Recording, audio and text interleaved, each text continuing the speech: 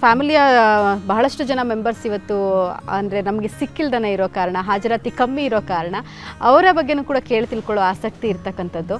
So ಮೊದಲನೇ ಮಗ ಏನು ಮಾಡ್ತಾ ಇದ್ದಾರೆ ಇವಾಗ? ವಸಂತ, ಅವನ ಹೆಸರು ವಸಂತ. ಅವ ವೆಲ್ಲಿಂಗ್ಟನ್ ಯೂನಿವರ್ಸಿಟಿ MBA ಮಾಡ್ಕೊಂಬಂದ. ಸ್ವಲ್ಪ ದಿವಸ ಕೆಲಸ ಮಾಡುತ್ತೇ ಇದೆ, ಕೆಲಸ ಮಾಡಲಿಲ್ಲ. ಆಮೇಲೆ ಅವನದೇ ಆದಂಥ ಒಂದು ಕಾಲೇಜ್ ತೆಗೆದ, ಒಂದೆರಡು ಕಾಲೇಜ್. ಆಕ್ಸ್ಫರ್ಡ್ ಕಾಲೇಜ್ ಅಂತ ಹುಬ್ಳ್ಯಾಗ, ಆಮೇಲೆ ಇನ್ನೊಂದು ಶಾರದಾ ಇನ್ಸ್ಟಿಟ್ಯೂಟ್ ಅಂತ ಇವರು ಚೇರ್ಮನ್ ಅದಾರ.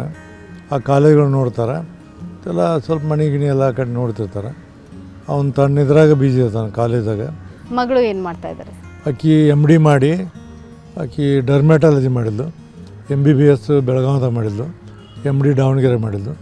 ಈಗ 4 ವರ್ಷದಿಂದ ಬೋರಿಂಗ್ ಹಾಸ್ಪಿಟಲಲ್ಲಿ ಡೆಪ್ಟಿ ಸರ್ಜನ್ ಅಂತ ಕೆಲಸ ಮಾಡ್ತಾರೆ.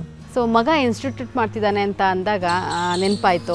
ಸೊ ಸಾಮಾನ್ಯವಾಗಿ ತಂದೆಯವರ ಹೆಸರಿನಲ್ಲೂ ಕೂಡ ನೀವು ಕೂಡ ಶಾಲೆಯನ್ನು ನಿರ್ಮಾಣ ಮಾಡಿರ್ತಕ್ಕಂಥದ್ದು. ತಂದೆಯವರ ಹೆಸರಿನಲ್ಲೇ ಒಂದು ಇನ್ಸ್ಟಿಟ್ಯೂಟ್ನ ನಿರ್ಮಾಣ ಮಾಡಬೇಕಂತ ನಿಮ್ಗೆ ಅನಿಸಿದ್ದು ಯಾಕೆ? ಅದರಲ್ಲೂ ಕೂಡ ಅದನ್ನು ಗೌರ್ಮೆಂಟ್ ಶಾಲೆ. ಸೊ ಯಾಕೆ ನಿಮಗೆ ಈ ಒಂದು ಆಲೋಚನೆ ಬಂದಿದ್ದು? ತಂದೆ ಹೆಸರು ಉಳಿಬೇಕಲ್ಲ, ಜನ್ಮ ಕೊಟ್ಟಂಥ ತಂದೆ ಅವ್ರು ನಮಗೆ ಕಲಿಸಿದರು. ಹುಟ್ಟಿದ ಊರು, ಹೆತ್ತ ತಂದೆ ತಾಯಿ, ಕಲಿತಂಥ ಸಂಸ್ಥೆ, ಕಷ್ಟಕಾಲ ಉಪಕಾರ ಮಾಡೋದು ಮರಿಬಾರ್ದು ಅಂತ ಕಲಿಸ್ತಿದ್ರು ಅವರು. ಯಾವಾಗಾದರೂ ಪಾಠ ಹೇಳ್ತಿದ್ರು ಅವರು. ಹೀಗಾಗಿ ಅವ್ರ ನೆನಪಿಗಾಗಿ ಹುಟ್ಟಿದ ಊರಿನಲ್ಲೇ ಆಯಿತು, ಮತ್ತು ತಂದೆ ತಾಯಿ ನೆನಪಿಗಾಗಿ ಅಂಥೇಳಿ ಅದೊಂದು ಸ್ಕೂಲು, ಸರ್ಕಾರಿ ಶಾಲೆ ಮಾಡಿದ್ವಿ. ಒಟ್ಟು ಎಷ್ಟು ಜನ ಶಾಲಾ ಮಕ್ಕಳು ಓದ್ತಿದ್ದಾರೆ ಸರ್? 1650 ಮಕ್ಕಳು ಅದರಲ್ಲಿ.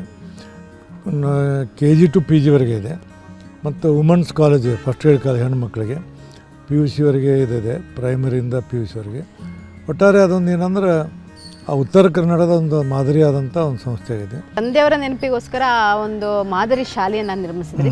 ತಾಯಿಯವರ ಹೆಸರಿನಲ್ಲಿ ಕೂಡ ಒಂದು ಸಂಸ್ಥೆಯನ್ನು ನಡೆಸ್ತಾ ಇದ್ದೀರಾ. ಇದೇ ಅವ್ವ ಸೇವಾ ಟ್ರಸ್ಟ್ ಅಂತ ತಿಳ್ಕೊಂಡು ಹೇಳಿ ಅವ್ವ ಸೇವಾ ಟ್ರಸ್ಟ್ ಮಾಡಿ 15 ವರ್ಷದ್ದು ಎಲ್ಲ ಬಡ ಮಕ್ಕಳು, ಸ್ಕೂಲು ಬಿಟ್ಟವರು, ಕೈಕಾಲಿಲ್ದವರು, ನಿರ್ಗತಿಕರು ಅಂಥವರೆಲ್ಲ ಹೆಲ್ಪ್ ಮಾಡ್ತಾ ಬಂದಿದ್ದಾರೆ. ಎಲ್ಲ ಹಿಸ್ಟ್ರಿನೇ ಐತಿ.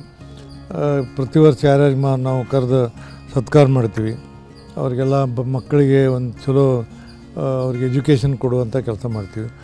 ಈಗ ಅನೇಕ ಉದಾಹರಣೆಗಳು ಇದರಲ್ಲಿದ್ದಾವೆ, ನೀವು ನೋಡ್ಕೋಬೋದು. ಆಮೇಲೆ ಅಂದರೆ ಅದೊಂದು ನಾವು ಅಧಿಕಾರ ಇದ್ದಾಗ 4 ಜನರಿಗೆ ಒಳ್ಳೆಯದಾಗಲಿ ಅನ್ನುವಂಥದ್ದು ಆ ದೃಷ್ಟಿಯಿಂದ ಮಾಡಿವಿ.